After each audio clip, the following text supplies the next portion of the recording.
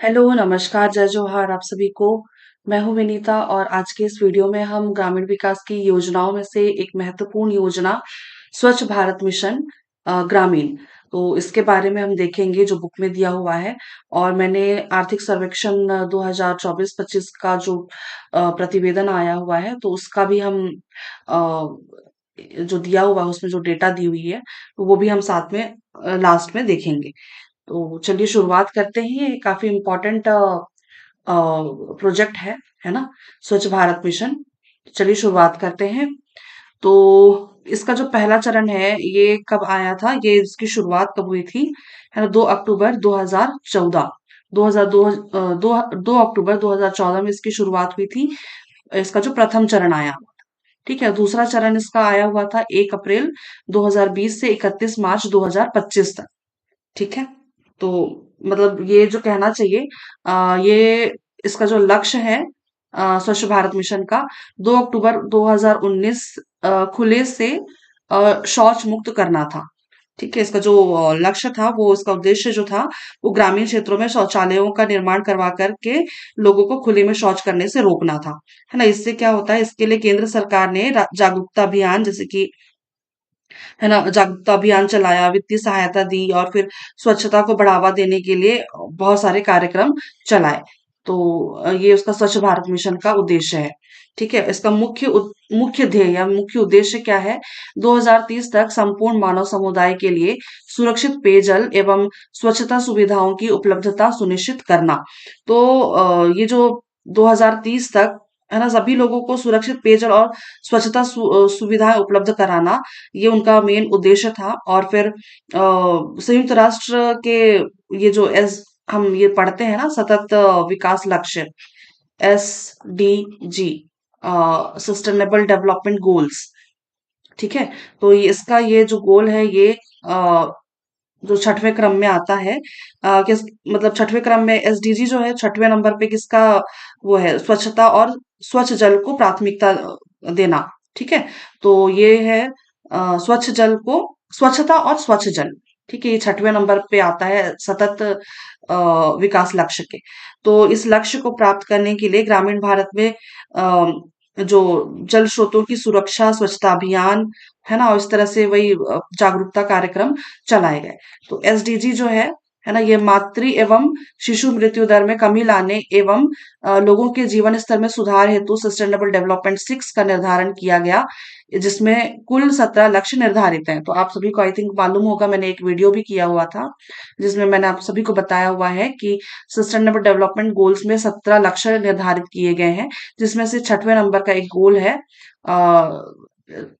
सुरक्षित पेयजल एवं स्वच्छता, ठीक है। तो ये सारी चीजें हैं यहाँ पे दी हुई हैं, ठीक है। अगला चलिए देखते हैं।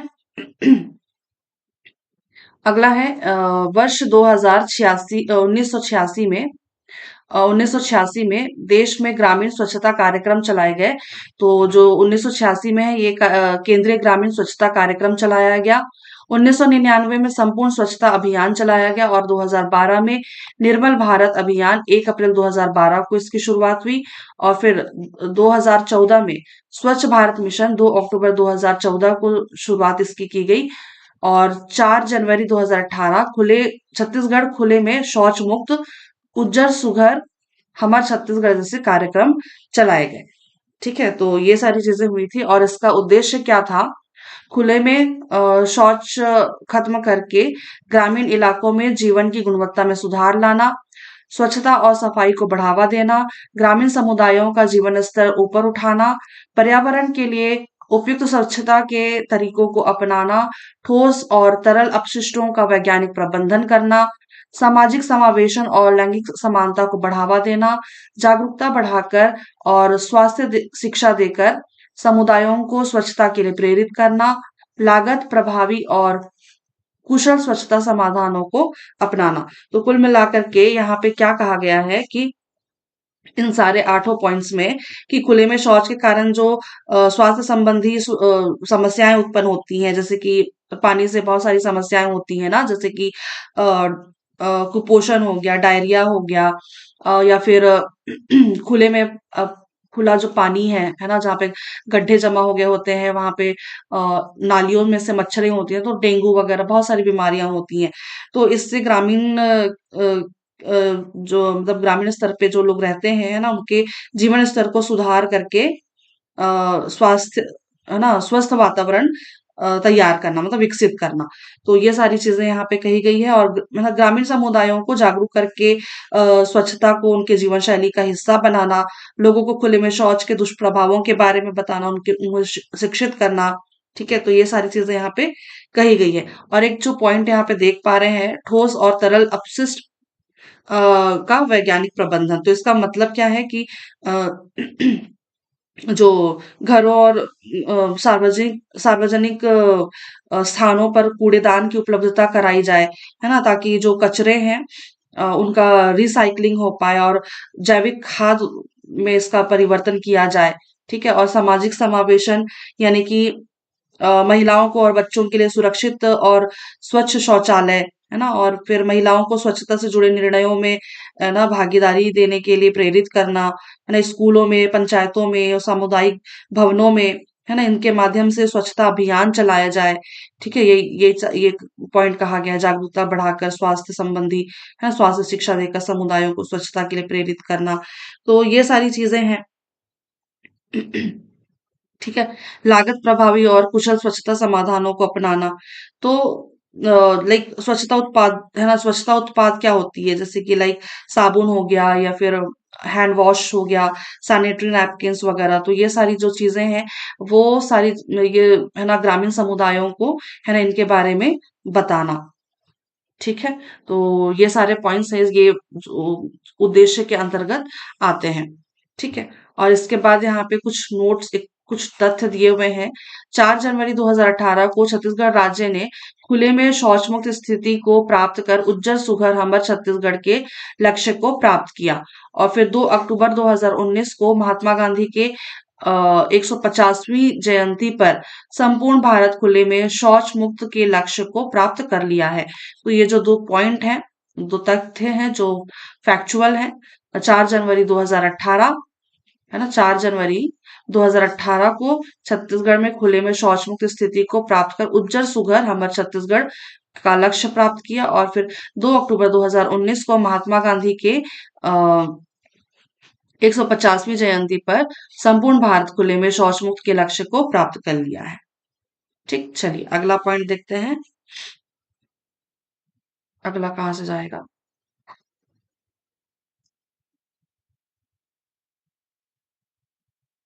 अगला है दूसरा चरण आया। ठीक है, स्वच्छ भारत मिशन का दूसरा चरण ये आया 1 अप्रैल 2020 में। ठीक है, प्रारंभ हुआ दूसरा चरण 1 अप्रैल 2020 में। इसका लक्ष्य 31 मार्च 2025 तक का रखा गया है। और इसको वित्त पोषण कहाँ से मिलती है? तो 60% केंद्र से और 40% राज्य से। ठीक है, मतलब केंद्र और राज्य सरकार के बीच इस योजना का जो वित्तीय भार है वो 60-40 के अनुपात में डिवाइड किया गया है। ठीक है, और इसका उद्देश्य क्या है द्वितीय चरण का? ओडीएफ स्थिति को बनाए रखना। तो ओडीएफ का फुल फॉर्म क्या है? ओडीएफ का मतलब होता है ओडीएफ ओपन डिफिकेशन फ्री, है ना, defecation free, open defecation free मतलब शौच मुक्त, अ, मतलब खुले में शौच मुक्त। ठीक है, खुले में शौच मुक्त, ओडीएफ स्थिति को बनाए रखना, खुले में शौच मुक्त।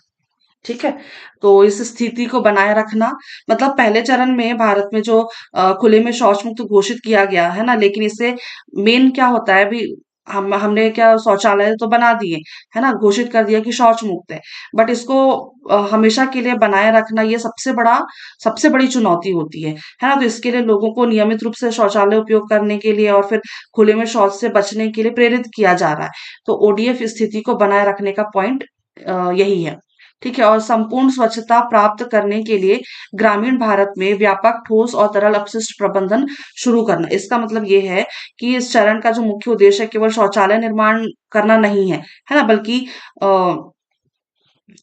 ठोस और तरल अपशिष्ट प्रबंधन को भी लागू करना। मतलब ठोस और अपशिष्ट मतलब प्रबंधन मतलब लाइक सेप्टिक टैंक वगैरह है ना, इसकी व्यवस्था करना।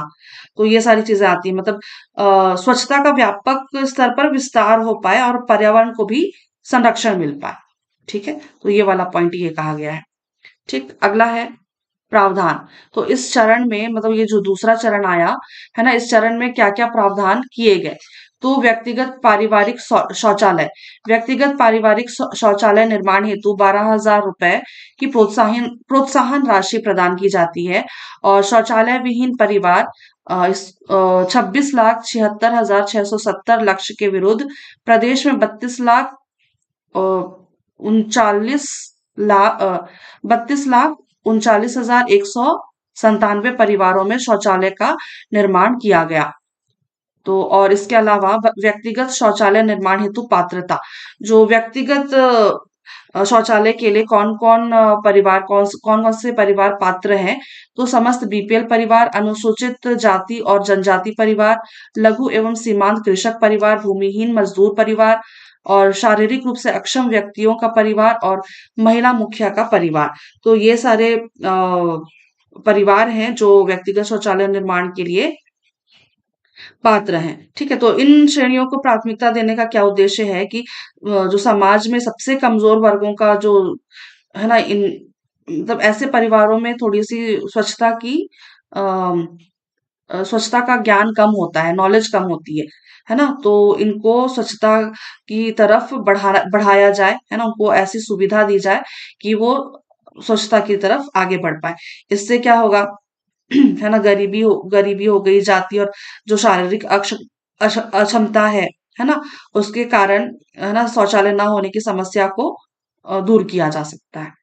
ठीक है, अगला पॉइंट है सामुदायिक स्वच्छता परिसर, सार्वजनिक स्थान, हाट बाजार, सामाजिक और पारिवारिक समारोह खुले में शौच मुक्त करने हेतु सामुदायिक शौचालय निर्माण का प्रावधान किया गया है। सामुदायिक शौचालय निर्माण हेतु 3 लाख रुपए का प्रावधान किया गया है।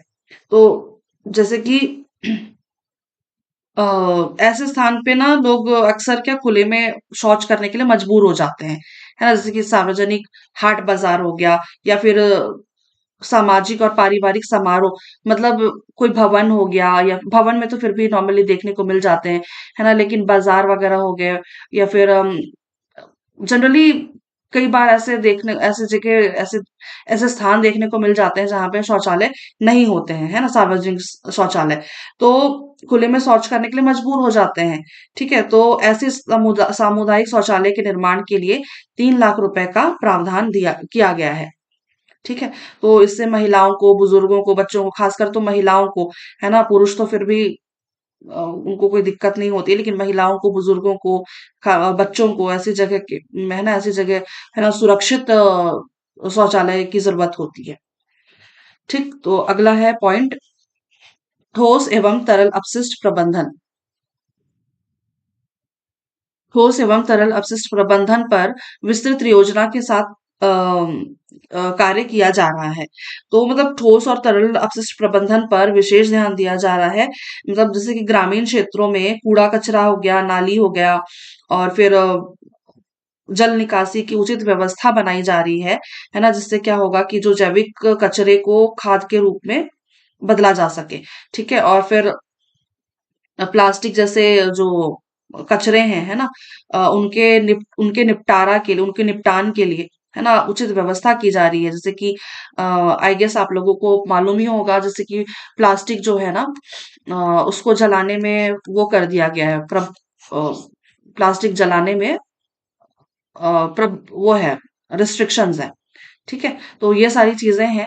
तो जो भी मतलब यहाँ पे योजनाएं चलाई जा रही हैं अपशिष्ट प्रबंधन, मतलब अपशिष्ट चीजों को रिसाइकल करने के लिए। ठीक है, ऑब्वियसली है ना, कूड़ा कचरा प्रबंधन होगा तो गांव में स्वच्छता होगी, है ना, गंदगी से फैलने वाली जो बीमारियां होंगी वो उसे रोका जा सकता है, पर्यावरण में संतुलन आएगी। ठीक है, तो ये सारी चीजें यहाँ पे होती है। ठीक है, अगला पॉइंट देखते हैं।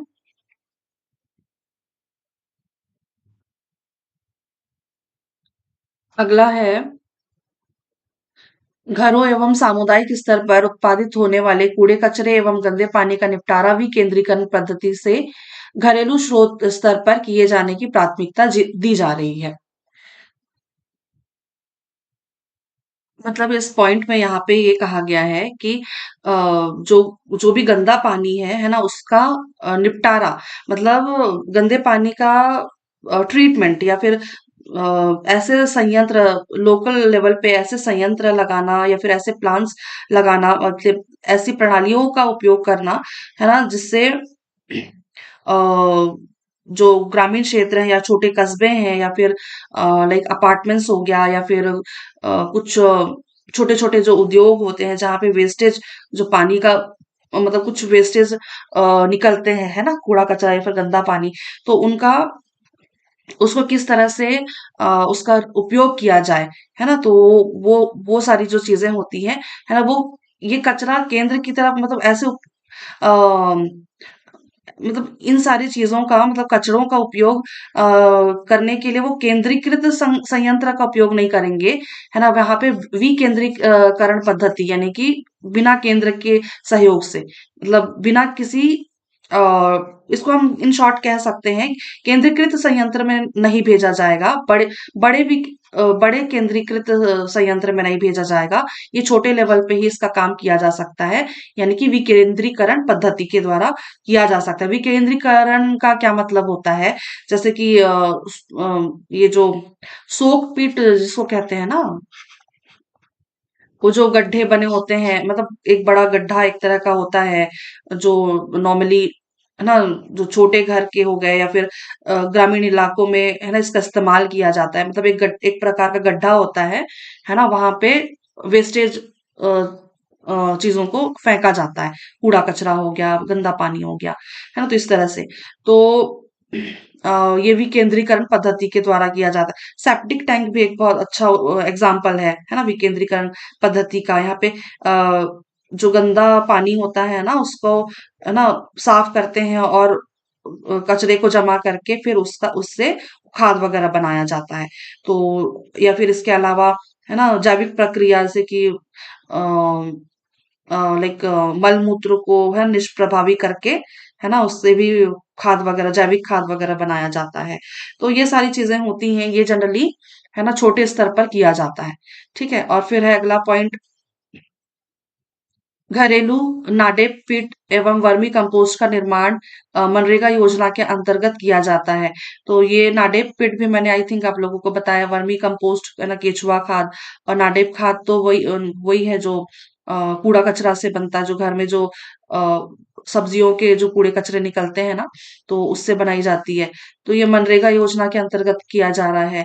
ऐसा धूसर जल जिसका निपटारा स्रोत के स्तर पर नहीं हो पाता, उनके निपटारे हेतु बेस्ट स्टरलाइजेशन पॉड या फिर डिवाट सिस्टम जैसी पद्धति से किया जा रहा है।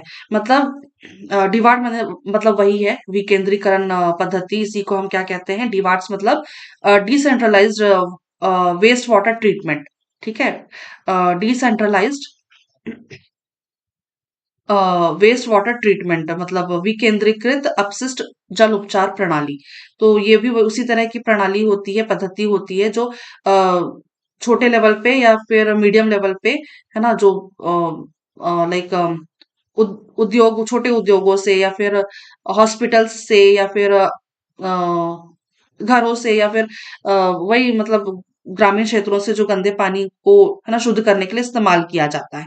ठीक है, तो ये जो प्रणाली है, ये पद्धति जो है, ये स्वच्छता सुधार के लिए काम आती है, और जल का पुनः प्रयोग किया किस प्रकार किया जाता है, और ये सब में इसका मतलब जल का वापस से किस तरह से प्रयोग किया जा सकता है ना, ये सारी चीज जो है ये डिवार्ड्स के अंतर्गत आती हैं।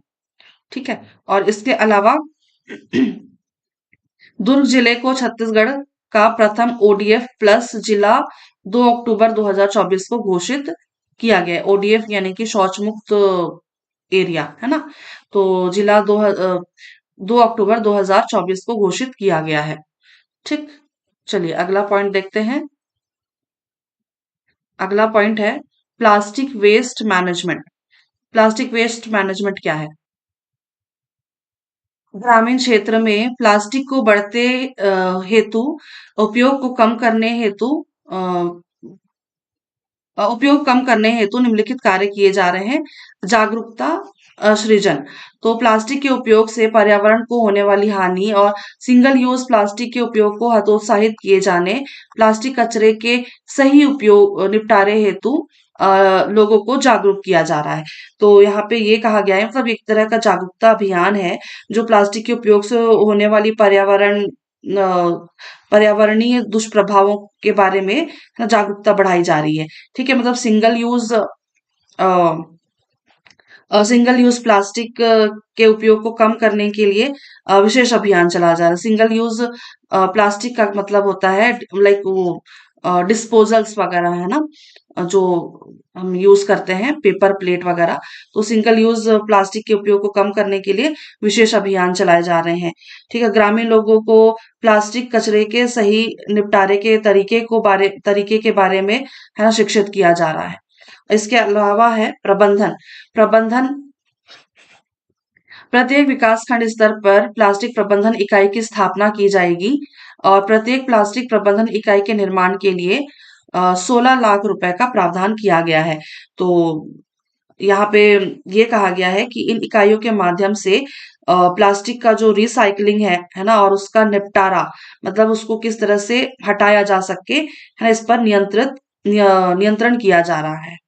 ठीक है, और प्लास्टिक प्रबंधन इकाई के निर्माण के लिए 16 लाख रुपए का प्रावधान है। ठीक, अगला देखते हैं। प्लास्टिक कचरे को जलाए जाने पर प्रतिबंध। तो ये कहा गया है, राष्ट्रीय हरित अधिकरण एवं प्लास्टिक अपशिष्ट प्रबंधन अधिनियम 2016 के अनुसार प्लास्टिक कचरे को खुला में जलाना पूर्णतः प्रतिबंधित है। तो यानी कि ये जो राष्ट्रीय हरित अधिकरण है, और ये अपशिष्ट प्रबंधन अधिनियम 2016 ना, इसके अनुसार खुले में प्लास्टिक को जलाना पूरी तरह से प्रतिबंधित है। इसका मतलब ये क्यों प्रतिबंधित है, क्योंकि है ना वायु प्रदूषण होता है और पर्यावरण भी इससे दूषित होती है। ठीक, अगला देखते हैं। Faecal sludge management. Faecal sludge management ग्रामीण क्षेत्र में पर्यावरण दृष्टिकोण से सुरक्षित लीच पीट शौचालय का निर्माण किया जाएगा। शहरी क्षेत्र से लगी पंचायतों में सेप्टिक टैंक शौचालय का निर्माण किया जाएगा। फीकल स्लज मैनेजमेंट स्वच्छ भारत मिशन ग्रामीण फेज 2 का एक महत्वपूर्ण घटक है।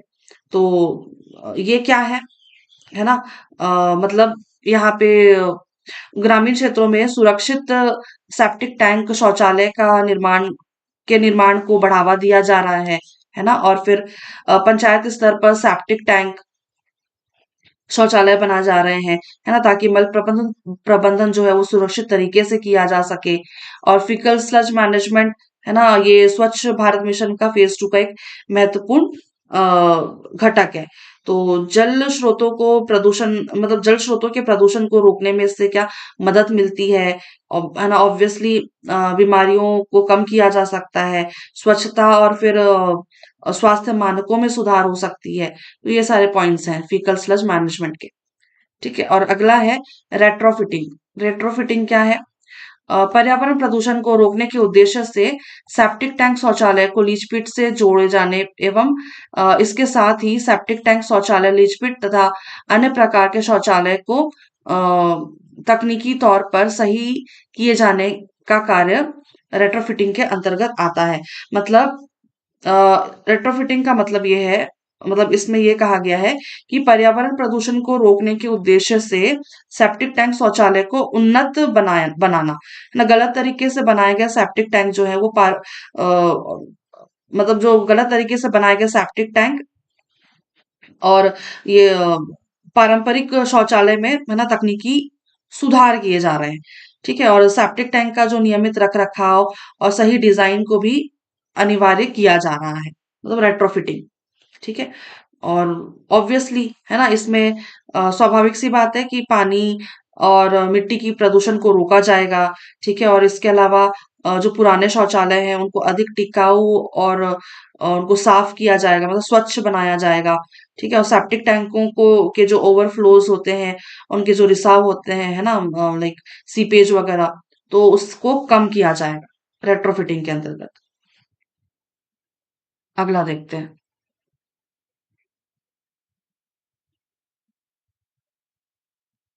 अगला है गोवर्धन। ये क्या है? गोवर्धन से आप समझ पा रहे होंगे, और है ना, गोबर से ही संबंधित होगा, है ना, यानी कि बायोगैस। ठीक है। तो ग्रामीण क्षेत्र में उपलब्ध जैविक अपशिष्टों को बायोगैस में परिवर्तित करते हुए ऊर्जा उत्पादन एवं अपशिष्टों के समुचित निपटान के लिए के उद्देश्य से गोवर्धन परियोजना का संचालन किया जा रहा है। बायोगैस संयंत्र के मॉडल की स्थापना हेतु प्रति जिला अधिकतम 50 लाख रुपए बजट का प्रावधान किया गया है।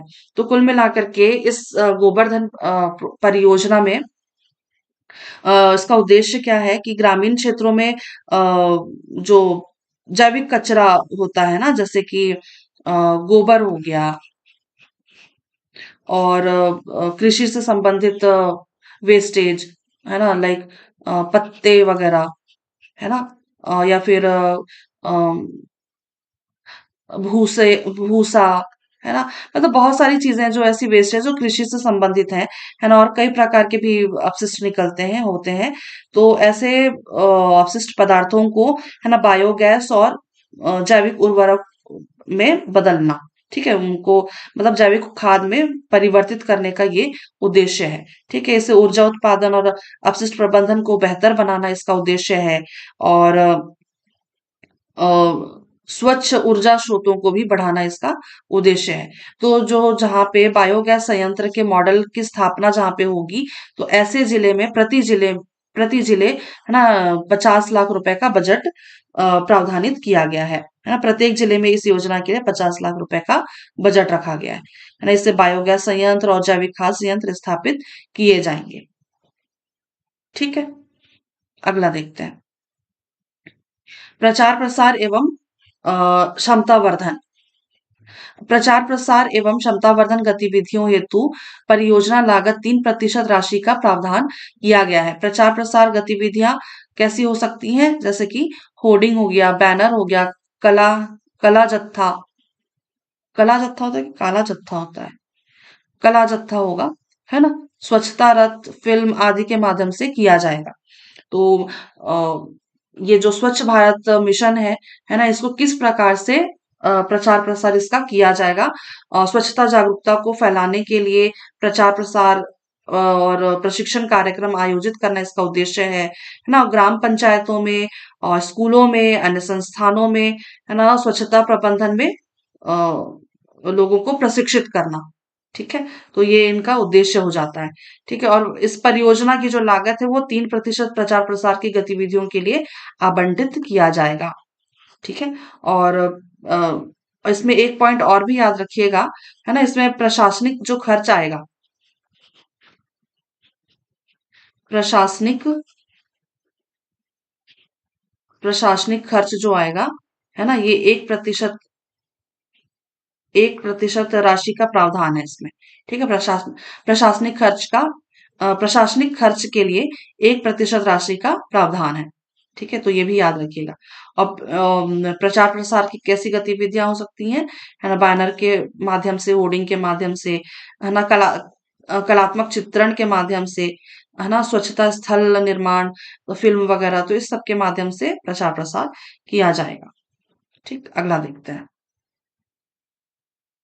अगला है स्वच्छ भारत मिशन ग्रामीण फेज 2 घटकवार वित्तीय प्रावधान। इसको ये कब का डेटा है, एक मिनट देख लेते हैं।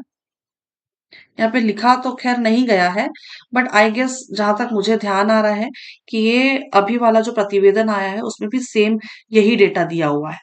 तो चलिए एक बार देख लेते हैं। ठीक है। यही मेरे ख्याल से यही वाला डेटा है। मैंने उसको फिर लास्ट वाले स्लाइड में भी ऐड किया हुआ है इसको भी। ठीक है।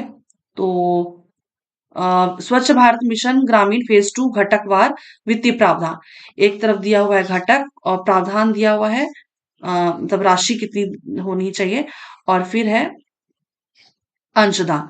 मतलब यहाँ पे एसबीएम का मतलब है स्वच्छ भारत मिशन ग्रामीण, और 15वां वित्त। ठीक। चलिए देखते हैं। व्यक्तिगत पारिवारिक शौचालय। तो व्यक्तिगत पारिवारिक शौचालय तो 12,000, हाँ 12,000 प्रति परिवार दिए जाएंगे, ताकि प्रत्येक परिवार जो है वो शौचालय बना सके। ठीक है। और इसमें 100% अनुदान एसबीएम ग्रामीण को दिया जाएगा। अ, और इससे क्या होगा, खुले में जो शौच की प्रवृत्ति समाप्त करने में मदद मिलेगी। और यहाँ पे जो है 15वां वित्त ये 0% है। ठीक है। और सामुदायिक शौचालय जो है 3 लाख प्रति यूनिट की लागत इसमें तय की गई है। और 70% फंड जो है वो एसबीएमजी को दिया, एसबीएमजी से। और 30% जो है ये 15वें वित्त आयोग से मिलेगा। ठीक है। और है अगला ठोस एवं तरल अपशिष्ट प्रबंधन। तो इसमें अ, ठोस अपशिष्ट प्रबंधन के लिए 5,000 से मतलब 5,000 से कम जनसंख्या वाले गांवों के लिए 60 रुपए प्रति व्यक्ति, और 5,000 से अधिक 5,000 से अधिक जनसंख्या वाले गांवों के लिए 45 रुपए प्रति व्यक्ति का प्रावधान है। ठीक है। और इसमें जो तरल अपशिष्ट प्रबंधन के लिए 5,000 के मतलब 5,000 से कम आबादी वाले गांवों के लिए 280 रुपए प्रति व्यक्ति, और 5,000 से अधिक आबादी वाले गांवों के लिए 660 रुपए प्रति व्यक्ति का बजट रखा गया है। और इस तरफ यहाँ सेम वही चीजें दी हुई है। 70% एसबीएम को मतलब 70% जो है वो जो अंशदान है वो 70% एसबीएम ग्रामीण की तरफ से मिलेगा, और 30% 15वां वित्त आयोग की तरफ से। तो यहाँ पे भी सारी की सारी जो चीजें हैं वो सेम दी हुई हैं, 70% और 30%। ठीक है, ठोस अपशिष्ट और तरल अपशिष्ट प्रबंधन में। अगला हम देखते हैं प्लास्टिक वेस्ट मैनेजमेंट यूनिट प्रति विकास खंड। तो ये इसमें क्या प्रावधान है, 16 लाख प्रति यूनिट प्रावधान इसका किया गया है बजट का। और प्रत्येक विकास खंड में प्लास्टिक प्रबंधन की इकाई स्थापित करने के लिए, ठीक है, ये याद रखिएगा। प्लास्टिक प्रबंधन की इकाई स्थापित करने के लिए ये विकास खंड लेवल पर। ठीक है। तो ये कितना किया गया है, 16 लाख रुपए। ठीक है। और इसमें भी जो एसबीएम जी का योगदान है, बजट है, वो 100%। और इस तरफ जो है 15वें वित्त आयोग की तरफ से 0% है। अगला है फिकल स्लज मैनेजमेंट प्रति विकास खंड। प्रति विकास खंड 230 रुपए प्रति व्यक्ति दिया जाएगा। ठीक है। और मतलब इसमें पंचायतों में जो सेप्टिक टैंक से निकलने वाले जो मल अपशिष्ट होते हैं ना, उस उसके सुरक्षित निपटान के लिए ये व्यवस्था की गई है। ठीक है। और इसमें भी जो स्वच्छ भारत मिशन ग्रामीण की तरफ से 100, पूरा का पूरा 100% दिया जाएगा। और 15वें वित्त आयोग की तरफ से 0% है। अगला है गोवर्धन परियोजना। ठीक है। ये है प्रत्येक जिले को, ठीक है, प्रत्येक जिले को 50 लाख रुपए का बजट मिलेगा। और ये क्या नाम, स्वच्छ भारत मिशन की तरफ से पूरा का पूरा 100% है। और 15वें वित्त आयोग की तरफ से 0%। प्रचार प्रसार के लिए 3% है ना, लागत का 3% प्रचार प्रसार के लिए होगा। ठीक है, अभी देखा हमने। और पूरा का पूरा स्वच्छ भारत मिशन का ये योगदान है। ठीक है। और फिर है प्रशासनिक मद। प्रशासनिक लागत 1%, जो मैंने अभी कुछ देर पहले बताया था। ये भी पूरा का पूरा स्वच्छ भारत मिशन ग्रामीण की तरफ से 100% है। और ये जो 15वें वित्त आयोग की तरफ से 0% प्रावधानित है, मतलब 0% है। अगला देखते हैं।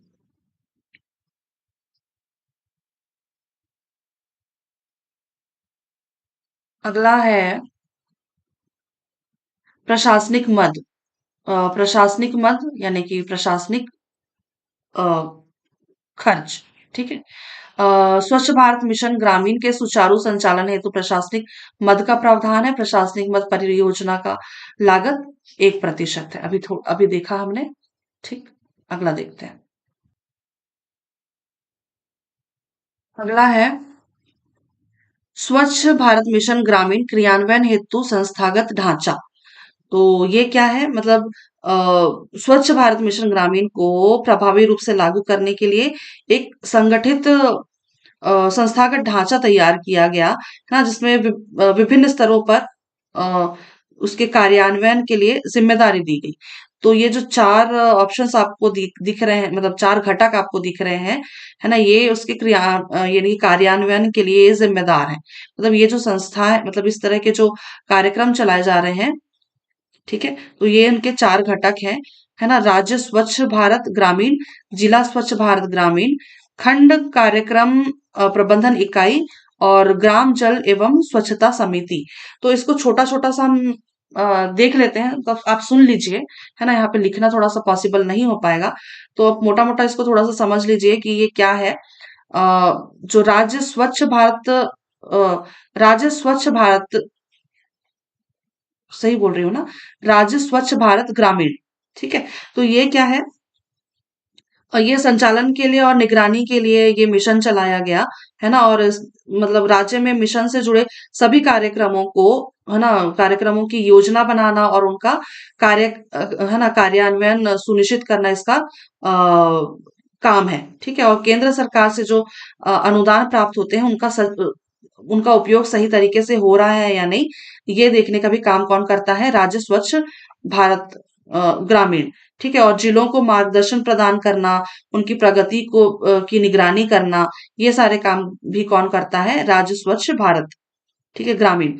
और जैसे कि कुछ कुछ बेनिफिशरीज होते हैं ना, जो लाभार्थी होते, मतलब हितधारक जो होते हैं, जैसे कि एनजीओस हो गया, एनजीओज हो गया, या फिर निजी क्षेत्र के साथ ये क्या करते हैं? टाई अप करने का काम करते हैं, ठीक है? एनजीओ मतलब जो इस तरह से काम करते हैं ना, स्वच्छता से संबंधित, तो एनजीओ हो गया, या फिर कोई निजी क्षेत्र, ठीक है?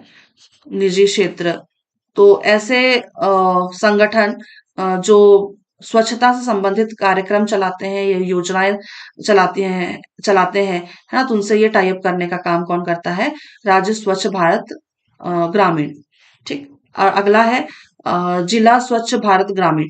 ये भी क्या करता है? ये जो मिशन है, ये अ, मतलब ये जिला स्तर पर लागू किया गया है, ठीक है?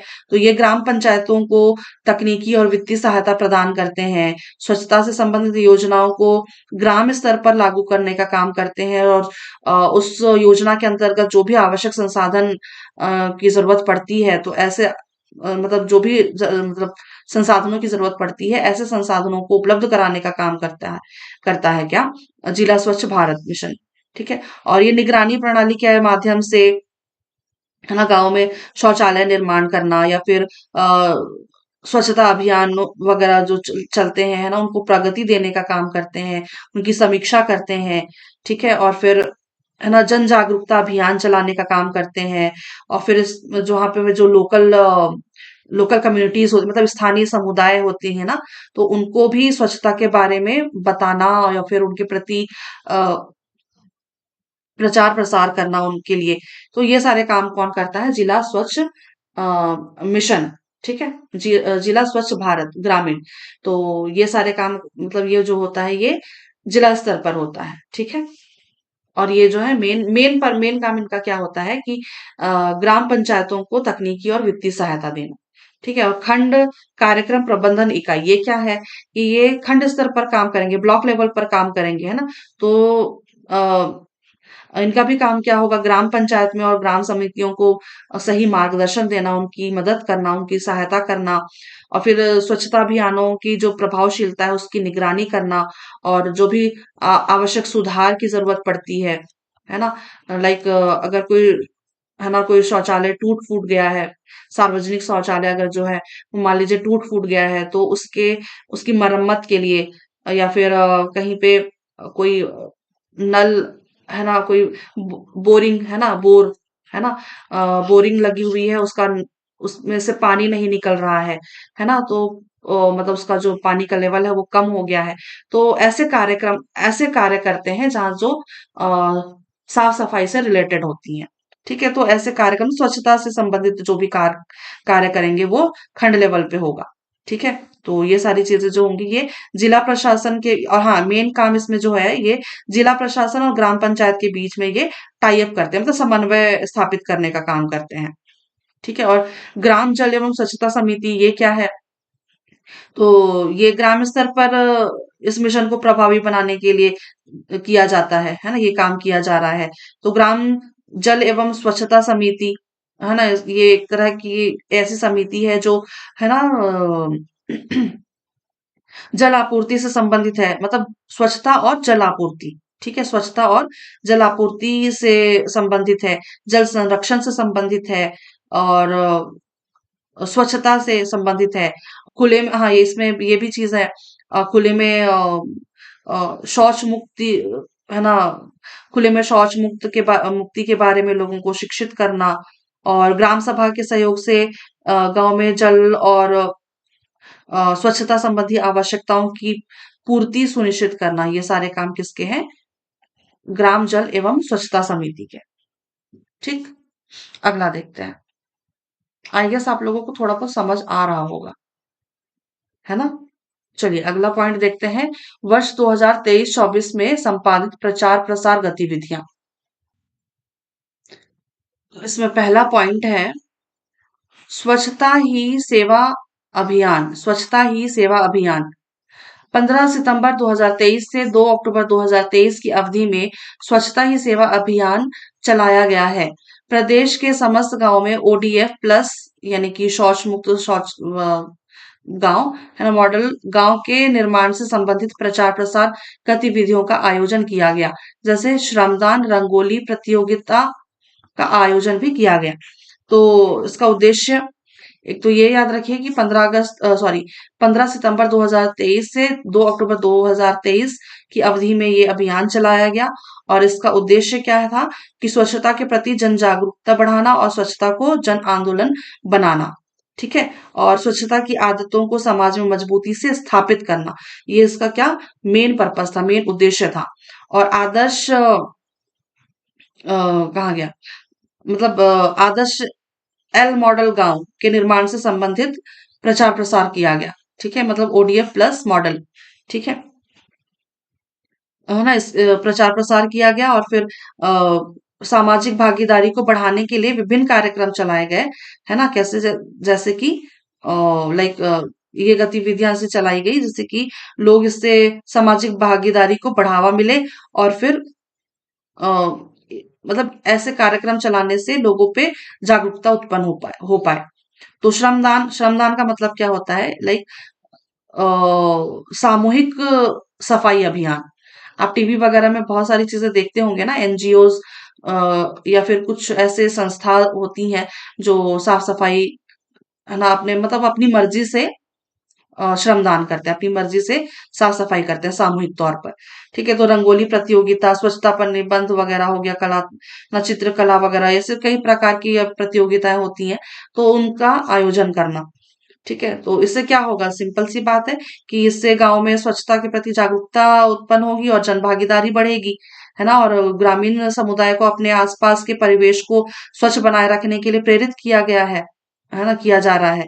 और फिर जो, है ना, ये सारी चीजें हो पाएंगी। ठीक है, तो जो फिर दैनिक जीवन में ये स्वच्छता जो है ना, अपने, है ना, ये अपने लाइफ का एक हिस्सा बन पाएगा। ठीक है, तो ये सारी जो चीजें हैं, ये स्वच्छता ही सेवा अभियान के अंतर्गत आते हैं। ठीक है, अगला पॉइंट है घर घर शौचालय निर्माण। ग्रामीण क्षेत्र में कोई भी परिवार शौचालय की सुविधा से वंचित न रहे, और इस उद्देश्य के साथ घर घर शौचालय अभियान चलाया जा रहा है। तो इसका उद्देश्य हर घर में शौचालय की सुविधा सुनिश्चित करना, और खुले में शौच को समाप्त करना, और स्वच्छता के मानकों को बढ़ावा देना इसका उद्देश्य है। ठीक है, तो सर्वेक्षण किया गया है, और फिर उन घरों की पहचान की गई है जहां पे शौचालय नहीं नहीं था। तो ग्रामीण परिवारों को सरकारी सहायता और प्रोत्साहन राशि भी दी जाती है, ताकि शौचालय निर्माण के लिए वो प्रेरित हो पाए। ठीक है, और फिर स्वच्छता कार्यशालाओं और लाइक उसको क्या कहते हैं हम, जनसंवाद, है ना, जनसंवाद कार्यक्रम भी आयोजित किया जा रहा है। मतलब गांव में जो खुले में ओडीएफ बनाए, है ना, बनाए रखने में ये क्या मदद मिलती है ना, और इससे मतलब वही महिलाओं को की सुरक्षा सुनिश्चित हो पाती है, स्वास्थ्य अच्छा हो पाता है, मतलब स्वास्थ्य में सुधार हो पाता है, स्वच्छता में भी सुधार हो पाता है। तो बहुत सारी जैसी चीजें हैं जो घर का शौचालय निर्माण के अंतर्गत आते हैं। आप अपने तरीके से भी बहुत सारी चीजें ऐड ऑन कर सकते हैं इसमें, है ना? बहुत ज्यादा समझाने जैसी बातें नहीं होती ये सारी। ठीक है। अगला है विकसित भारत संकल्प यात्रा। विकसित भारत संकल्प यात्रा के दौरान ओडीएफ प्लस मॉडल गांवों को अभिनंदन पत्र प्रदान किया जाएगा। साथ ही गांवों में विभिन्न स्वच्छता गतिविधियों का आयोजन किया जाएगा। तो ये भी सिंपल सी ही बातें हैं। जो ये यात्रा जो विकसित भारत संकल्प मतलब विकसित भारत की संकल्पना को आगे बढ़ाने के लिए आयोजित की गई थी। ठीक है। और ओडीएफ प्लस गांवों को प्रोत्साहित करने के लिए और उनका सम्मानित करने के उद्देश्य से ये अ, उनको मतलब उनको भी सम्मानित किया जाएगा। है ना? गाँव में स्वच्छता गतिविधियों का प्रचार और फिर उनका क्रियान्वयन। तो ये सारी चीज़ें आती हैं। ठीक है? और गतिविधियाँ स्वच्छता गतिविधियों का आयोजन का मतलब वही सिंपल सी बात है ना? सफाई अभियान चलाना या फिर रोल प्ले मतलब आप समझते होंगे ना? नाटक, है ना? या फिर अ, इस तरह से जनसंवाद वगैरह, इस तरह से कार्यक्रम चलाए जाते हैं। ठीक है? और फिर ये क्या है रेडियो जिंगल। रेडियो जिंगल क्या है? रेडियो जिंगल के माध्यम से स्वच्छ भारत मिशन ग्रामीण का प्रचार प्रसार किया गया। तो रेडियो के माध्यम से भी है ना स्वच्छता के बारे में बताया गया, स्वच्छता अपनाने के बारे में, है ना? और अपने दैनिक जीवन के जो व्यवहार है उसमें परिवर्तन लाने के लिए, है ना, रेडियो जिंगल के माध्यम से इसका प्रचार प्रसार किया गया। ठीक है। तो ये सारी चीजें हैं। और फिर है टीवी स्क्रॉल। टीवी स्क्रॉल के माध्यम से भी स्वच्छ भारत मिशन के घटकों का प्रचार प्रसार किया गया। तो टीवी में जो भी एड्स आते हैं, है ना, स्वच्छ भारत मिशन, तो वो सारी चीजें यहाँ पे कही गई। तो टीवी के माध्यम से भी इसका प्रचार प्रसार किया गया। स्वच्छता रथ। स्वच्छता रथ क्या है ना? गांव गांव जाकर के प्रचार प्रसार करने वाला वाहन, है ना? स्वच्छता रथ। स्वच्छता रथ के माध्यम से प्रदेश के ग्रामीण क्षेत्र में स्वच्छ भारत मिशन ग्रामीण का प्रचार प्रसार किया गया। तो वही सारी चीजें जो प्रचार प्रसार में जिस तरह से गतिविधियां होती हैं, है ना, ये स्वच्छता रथ से मतलब गांव गांव जाकर के स्वच्छता संदेश को पहुंचाना, मतलब एक तरह की वो गाड़ी है ना?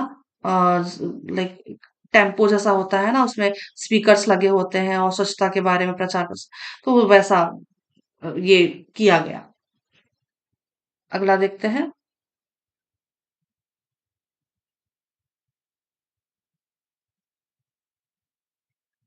छत्तीसगढ़ राज्य में हुए महत्वपूर्ण पहल। तो चलिए देखते हैं क्या क्या पहल हुए हैं। ग्रामीण क्षेत्रों में राष्ट्र का प्रथम फीकल स्लज फीकल स्लज की सीकल स्लज फीकल स्लज है जी, है ना? भारत में ग्रामीण क्षेत्रों में राष्ट्र का प्रथम फीकल स्लज ट्रीटमेंट प्लांट प्रदेश में।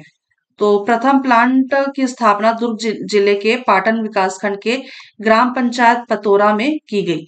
और इस फीकल स्लज ट्रीटमेंट सप्ताह प्लांट में सप्ताह में 400 लीटर क्षमता के लगभग 4 टैंक खाली किए जा रहे हैं। और इसमें शुल्क कितना लग रहा है? ग्रामीण परिवारों से 1500 रुपए और 3 किलोमीटर से दूरी पर 3000 रुपए। और इसमें नोट दिया गया है कि फीकल स्लज से प्रतिवर्ष लगभग 4 लाख रुपए के खाद का निर्माण होना संभावित है। तो यहाँ पे भी आई थिंक समझाने जैसी कोई बात नहीं है। ठीक है। जो भी चीजें यहाँ पे क्लियरली लिखा हुआ है, मतलब पहला जो प्लान मतलब ग्राम प्रथम प्लांट की स्थापना दुर्ग जिले के पाटन विकासखंड के ग्राम पतोरा में की गई है।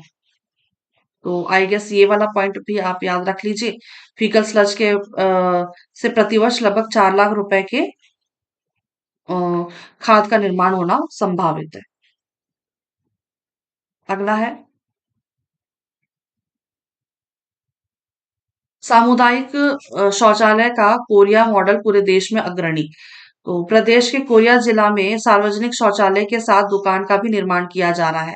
इन दुकानों के किराए से होने वाली आय का उपयोग सामुदायिक शौचालय के रख रखाव में किया जाएगा। तो जो मतलब ये जो है सामुदायिक शौचालय को आत्मनिर्भर बनाने के लिए ये एक तरह की पहल है ना, जो कोरिया जिले के सार्वजनिक शौचालय के साथ दुकानों में बनाई गई है। ठीक है। और शौचालय की साफ सफाई और रख रखाव का खर्चा या फिर दुकानों के किराए से ही पूरा किया जाएगा। ठीक है। और ये जो मॉडल है स्वच्छता को है ना टिकाऊ बनाने के लिए सहायक है। ठीक। अगला देखते हैं, बर्तन बैंक। बर्तन बैंक क्या है? सिंगल यूज प्लास्टिक के दुष्प्रभाव को दृष्टिगत रखते हुए ग्रामीण क्षेत्र में सिंगल यूज प्लास्टिक को पूरी तरह समाप्त करने के उद्देश्य से स्व सहायता समूहों की दीदियों द्वारा बर्तन बैंक का संचालन किया जा रहा है। सार्वजनिक समारोह में सिंगल यूज डिस्पोजल प्लास्टिक बर्तन के स्थान पर कम दरों पर बर्तन उपलब्ध कराया जाता है। तो यहाँ पे भी आई गेस सिंपल सेंटेंस में लिखा हुआ है कि जो सिंगल यूज प्लास्टिक्स हैं, जैसे कि ये कहा गया डिस्पोजल्स वगैरह है ना, डिस्पोजल्स वगैरह, तो इनका उपयोग कम किया जाए। है ना। बर्तन बैंक का मतलब है कि बर्तनों का यूज। ठीक है। तो इसका जो संचालन है वो स्व सहायता समूह की दीदियों के द्वारा किया जा रहा है। ठीक है। तो डिस्पोजल्स के जगह पे बर्तनों का उपयोग किया जाए, ऐसा इस बर्तन बैंक का उद्देश्य है। और बर्तन बैंक जो है इसमें इस मतलब कार्य मतलब क्या कहना चाहिए, अ, इस उद्देश्य पे मतलब इस कार्यक्रम में है ना कम बर्तन जो है वो कम दरों पर किराए पर भी उपलब्ध कराए जा रहे हैं। ठीक। अगला देखते हैं, प्लास्टिक पुनः चक्रण की दिशा में रिवर्स वेंडिंग मशीन। तो ये क्या है? इसका प्रारंभ शुरुआत कहाँ से हुई है? तो बस्तर के जगदलपुर एवं चित्रकूट में।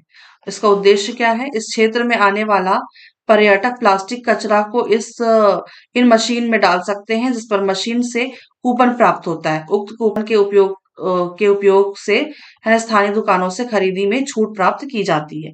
तो ये बस्तर एरियाज जो है ना, जगदलपुर चित्रकूट, ये है ना पर्यटन स्थल है। तो वहां पे प्लास्टिकों का ज्यादा उपयोग किया जाता है, वाटर बॉटल है ना, पानी की बोतलें है ना, लाइक और फिर चिप्स के पैकेट्स और डिस्पोजल्स बहुत ज्यादा यूज होते हैं। तो ऐसे प्लास्टिक के यूजों को मतलब प्लास्टिक के कचरों को मशीन में डाल सकते हैं और मशीन से कूपन ले सकते हैं, और उस कूपन से वहां की जो लोकल दुकानें हैं वहां से कूपन मिलेगा, और उसका उपयोग करके जो भी आप खरीदेंगे उससे छूट मिल जाती है। तो ये चीज यहाँ पे कही गई है, प्लास्टिक पुनः चक्रण की दिशा में रिवर्स वेंडिंग मशीन।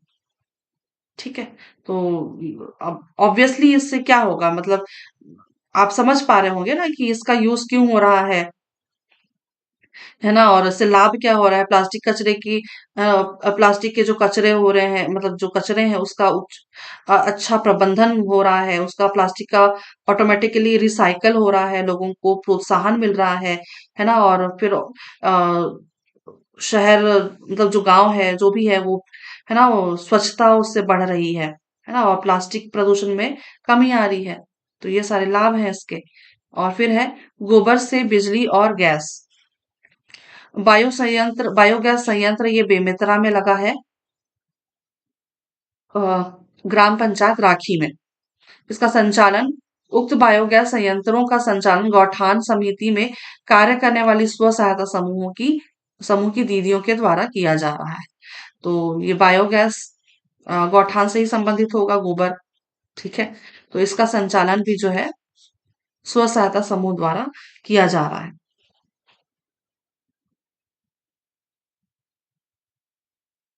अगला, स्वच्छ सुजल शक्ति सम्मान 2023। ग्राम पंचायत पतोरा, दुर्ग जिला। और सरपंच वहां पे कौन थे?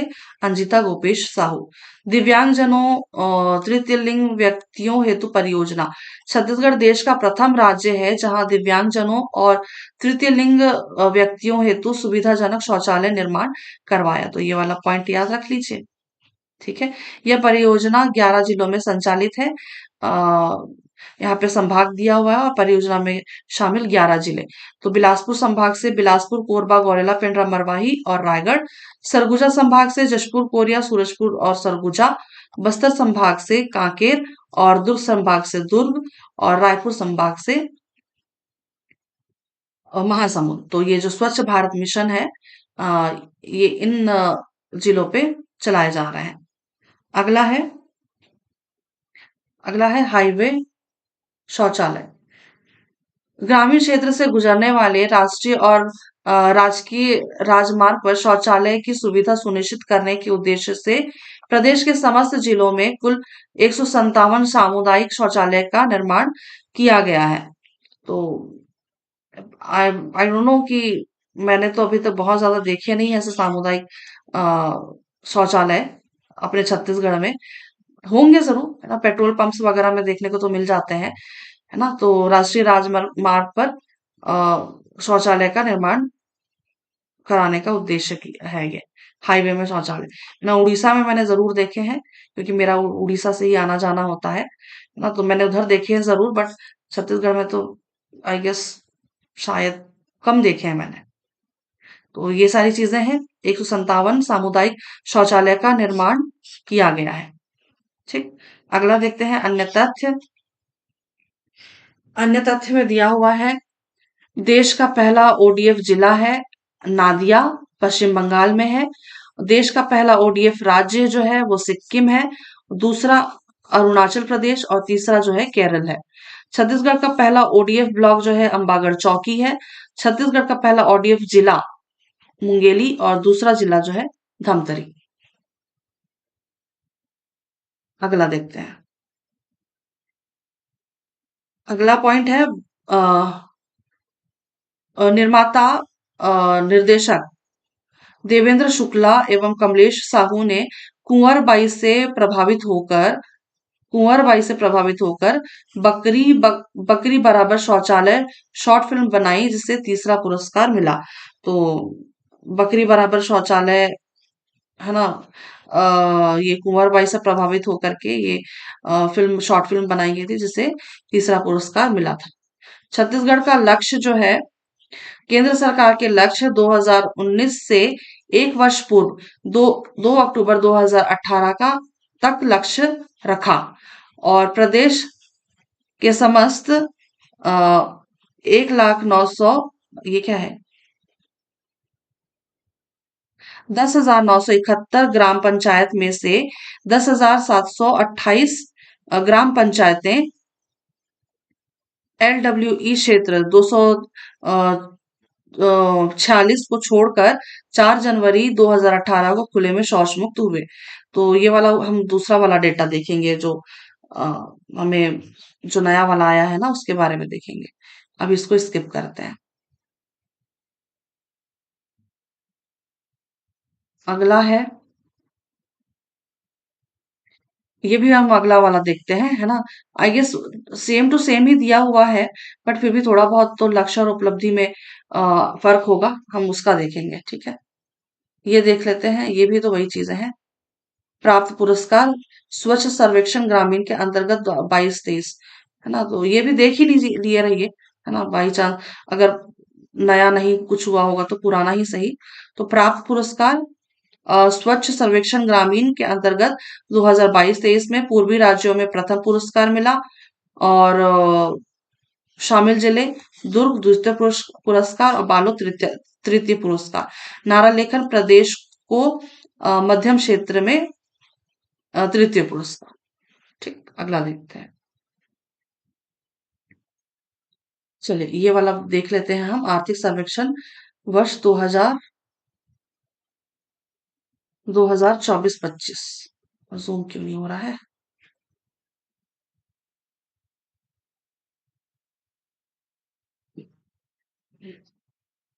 ठीक, आई गेस दिख रहा होगा अभी आपको, है ना। तो वही सारी चीजें यहाँ पे लिखी हुई है। तो डिटेलिंग हम क्या पढ़ें, है ना, वही दिया ही हुआ है वही सारी चीजें, है ना। स्वच्छ भारत मिशन लक्ष्य अनुसार 2 अक्टूबर 2019 को महात्मा गांधी की अब 150वीं जयंती के अवसर पर संपूर्ण राष्ट्र खुले में शौच मुक्त घोषित हुआ। और 1 अप्रैल 2020 को स्वच्छ भारत मिशन ग्रामीण के फेज 2 की शुरुआत हुई, जिसका क्रियान्वयन 31 मार्च 2025 तक किया जाना है। और फिर स्वच्छ भारत मिशन ग्रामीण फेज 2 के घटक निम्नानुसार है। ठीक है, आई गेस हमने ये देखा हुआ है ना, वही चीजें यहाँ पे भी लिखी हुई है। तो मैं आई गेस, हाँ वही चीजें हैं, है ना। देखिए, 12,000 प्रति व्यक्ति, प्रति परिवार, है ना, 100%। और फिर सामुदायिक शौचालय 3 लाख प्रति प्रति यूनिट, 70%। और फिर 30%, वही सारी चीजें हैं, है ना। फिकल स्लज मैनेजमेंट, है ना, तो वही सारी चीजें हैं यहाँ पे दी हुई हैं। ठीक है, तो ये वाला मैं स्क्रीनशॉट आप लोगों को भेज दूंगी। ठीक है, अगला वाला देख लेते हैं क्या दिया है। अगला है वित्तीय वर्ष 2023-24 में 2024-25 की भौतिक एवं वित्तीय प्रगति। ये भी तो वही दिया हुआ है, चलिए फिर भी हम इसको एक बार रीड कर लेते हैं। ठीक है, देख लेते हैं क्या है। 2023-24 एवं 24-25 की भौतिक एवं वित्तीय प्रगति।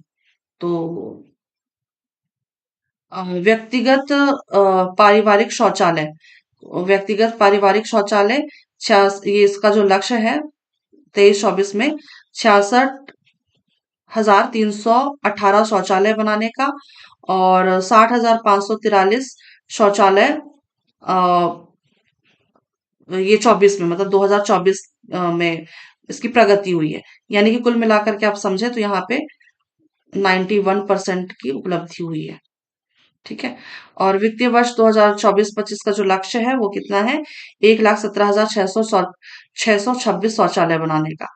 और वित्तीय वर्ष 2024-25 की प्रगति सितंबर महीना तक, हाँ सितंबर 2024 तक की स्थिति में 35,141 शौचालय। यानी कि आप इसको समझ पाएंगे, यानी कि यहाँ से और, है ना, यहाँ से। तो कुल मिलाकर के आप देखेंगे तो अभी भी यहाँ पे जो प्रगति हुई है लगभग लगभग 30% की उपलब्धि लग रही है ना, लगभग 30% की। और यहाँ पे ठोस अपशिष्ट प्रबंधन मतलब ये यहाँ पे आप ये समझ पाएंगे, मतलब यहाँ पे ऐसा कहा गया है, मतलब इससे आप ये समझ सकते हैं, है ना, इन आंकड़ों से। ठीक है, कि 2023-24 में जो लक्ष्य रखा गया, उस लक्ष्य का लगभग 91% शौचालय बनाए गए। और 2024-25 में ये भी है ना चल रहा है। और लगभग सितंबर 2024 में 30% तक की प्रगति हुई है। ठीक है, और इसके बाद क्या है? ठोस अपशिष्ट प्रबंधन। ये 2023-24 में इसका जो लक्ष्य रखा गया था, ये 10,507 यूनिट का रखा गया था। और 500, सॉरी, 5,640 यूनिट बन चुका है ना। और फिर अप्रैल 2024 तक में 5,640 यूनिट बन चुका है।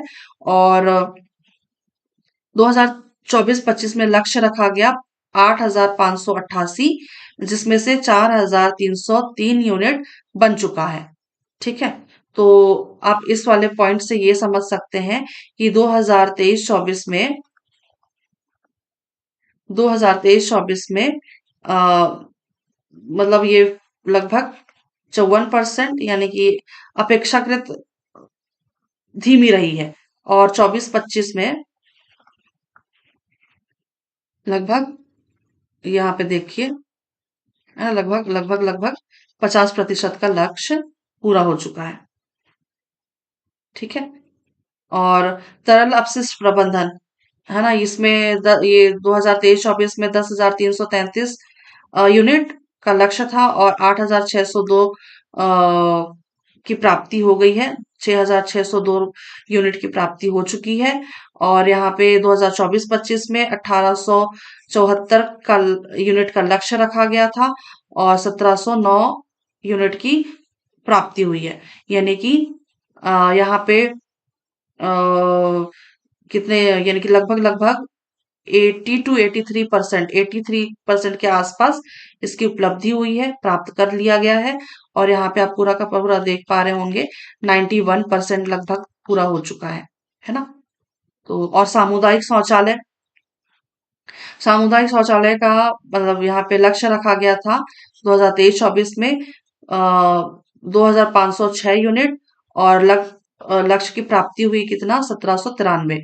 और 2024-25 में 2893 का लक्ष्य रखा गया और 782 अ, अभी तक प्राप्त किया गया है। यानी कि अभी भी बहुत काम करना बाकी है। लगभग लगभग 25 नहीं, मतलब 26-27% के आसपास इसकी प्राप्ति हुई है।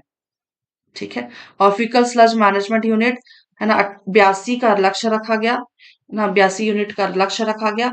अभी तक सिर्फ एक बना है, और मतलब सॉरी 2024 में बना, और एक ही बना। और फिर 24-25 में लक्ष्य रखा गया 106 यूनिट का। और फिर सिर्फ और सिर्फ 7 यूनिट अभी तक बना है। यानी कि सितंबर 2024 तक सिर्फ 7 यूनिट बन पाया है। Plastic waste management unit 96 unit का लक्ष्य रखा गया था, कब, 2023-24 में। और अप्रैल 2024 तक सिर्फ एक ही बना, एक यूनिट बना। और 2024-25 में 119 का लक्ष्य रखा गया, 119 यूनिट का लक्ष्य रखा गया। और सितंबर 2024 तक में सिर्फ 42 यूनिट बन पाया। ठीक है। तो ये सारी चीजें हैं यहाँ पे। और अगला यहाँ पे दिया हुआ है, अरे ये तो गड़बड़ हो गया, यहाँ पे दिख नहीं रहा है। यहाँ पे क्या लिखा हुआ है, चलिए मैं देख करके बताती हूँ आपको यहाँ पे क्या लिखा हुआ है ना। ये वित्तीय वर्ष 2023-24 और 2024-25 की वित्तीय प्रगति है ना, करोड़ों में। ठीक है। तो 2023-24 में 400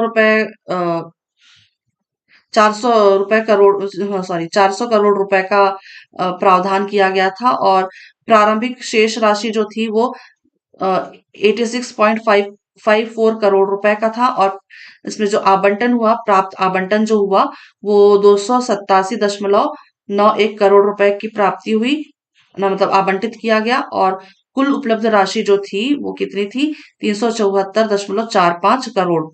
और व्यय कितना किया गया, 221.84 करोड़ रुपए का व्यय किया गया। और प्रतिशत में देखेंगे तो 59% इसका व्यय किया गया। ठीक है। और 2000 यहाँ पे लिखा हुआ है, जो लिखा हुआ है मैं उसको पढ़ करके बताती हूँ। यहाँ पे नहीं दिखेगा। ठीक है। इसको हटा भी नहीं सकती हूँ यहाँ से। हाँ, नहीं हटेगा। तो ये जो है, ये 2024-25 में 400 करोड़ रुपए का प्रावधान था। और 100 यहाँ पे लिखा हुआ है, 152.6 करोड़, 152.6 करोड़ रुपए इसकी प्रारंभिक शेष राशि थी। और इसमें आवंटित किया गया कितना, सितंबर तक कोई आवंटन नहीं हुआ है, यहाँ पे जीरो लिखा हुआ है ना। सितंबर 2024 तक में कोई आवंटन नहीं हुआ है ना, 0%, सॉरी जीरो है लिखा हुआ है यहाँ पे। और कुल उपलब्ध राशि यहाँ पे 152.61 करोड़ रुपए की उपलब्ध राशि है। व्यय कितना किया गया है, 78.3 करोड़ रुपए इसका इस पे व्यय किया गया है। और व्यय का प्रतिशत कितना है, 51%। ठीक है। तो कुल मिलाकर के इस वाले डेटा से आप ये समझ सकते हैं कि 2023-24 में स्वच्छ भारत मिशन ग्रामीण का जो 59% बजट खर्च हुआ, जो ऑलमोस्ट ठीक ठाक था, है ना, ओवरऑल ठीक ठाक था। और 2024-25 में अभी तक कुल बजट का 51%, है ना, 51% खर्च हुआ, है ना। लेकिन सितंबर तक कोई नया आवंटन नहीं मिला, है ना। अगर तो ऑब्वियसली अगर आवंटन धीरे होगी तो योजनाओं में, है ना, योजना की जो गति है वो भी धीमी होगी। ठीक है। तो ये सारी चीजें थी यहाँ पे, हमने देख लिया है।